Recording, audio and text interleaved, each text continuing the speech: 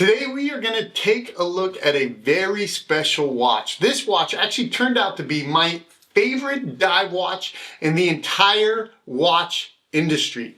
No, it doesn't come with a six-figure price tag. It doesn't even come with a giant five-figure price tag. This watch is right around the $3,000 range, and it is made by DOXA. Today, we're going to look at the Sub 300T Clive Cussler. Alright, so before we get into this video, if you just do me a favor, hit that subscribe button, like, share the video. That would be greatly appreciated. I need that to help grow this channel, and it's up to you guys to help me, so thank you in advance. Before we get into the coolness of this watch, let's just talk a little bit about dive watches in and of themselves. What makes a dive watch a dive watch? A dive watch is actually a tool for scuba divers. So it being a tool, it has to have a couple of the basics. One, we're going to start at the top of the watch, and that is this unidirectional bezel, which means the bezel turns one way, and that way you can't like hit it on accident underwater with your glove or something and throw off your readings. Wetsuit deployment class. And what I call it a wetsuit deployment class because it just allows you to make the strap, or the band I mean, a little bit bigger on your watch when you transition it from your wrist to over top of your wetsuit. This one on this watch actually is probably the best wetsuit deployment that I've ever really seen. It feels so good on a dive watch. Going to the side of the watch, some dive watches have these helium release valves, and helium release valve is for really, really deep water diving, so you're not going to basically blow your watch up when you're down there. But the thing about this helium release valve, a lot of people don't realize, but DOXA is the originator of the helium release valve.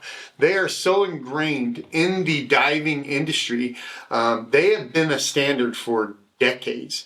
And things like the helium release valve just shows you that they are not just innovating in watches, they're innovating in dive watches. Okay, moving into the timepiece itself, the actual movement inside the watch.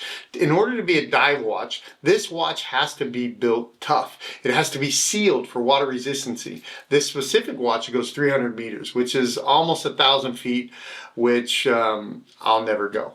But I do like having a watch that will. The movement has to be protected. It's got to be able to get banged around and beat up a little bit and still work for your lifetime. This case particular gives plenty of protection. It not only offers this unique style, it gives great protection. Case backs. When it comes to case backs and crowns in a dive watch, you want screwed in case backs and crowns. The reason is because it just gives it a little more protecting the timepiece itself inside this housing. All right, so those are basically the basics of a dive watch. It's nothing crazy. It's not this real teched out thing.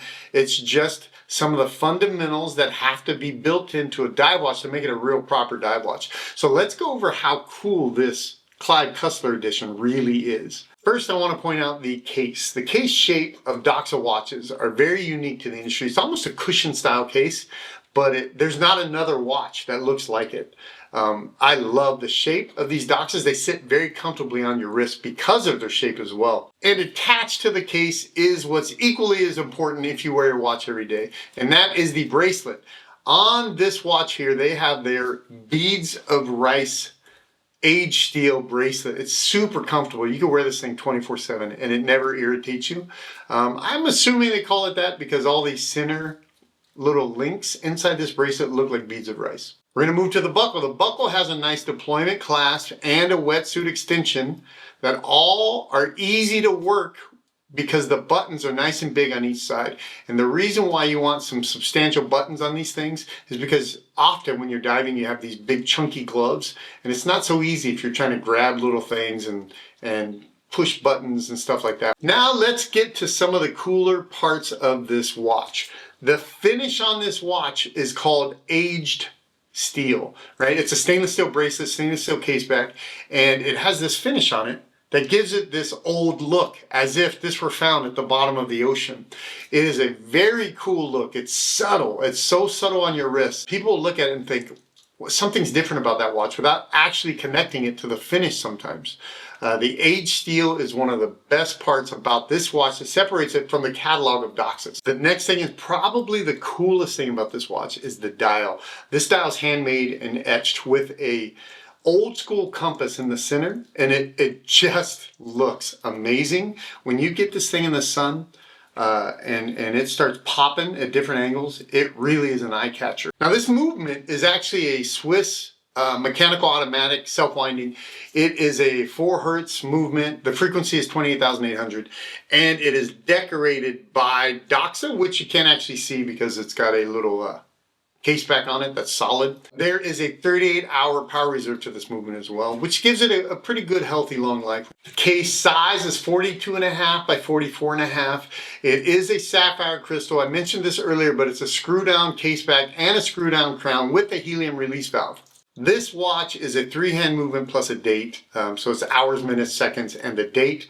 I do think this watch would be a little cooler with no date, but the date window is very subtle at the 3 o'clock, and it looks fine on the watch. So the case back itself of this watch is probably the most unique case back that I've ever seen.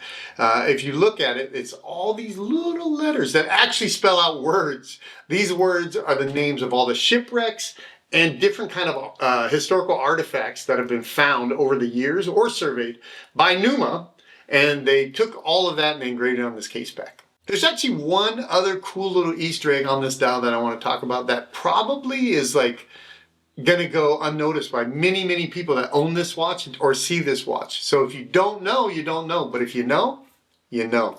So Clive Cussler's birthday, July 15th, 1931. So the 7, the 15, and the 31 are displayed in red, just kind of celebrating Clive's birthday.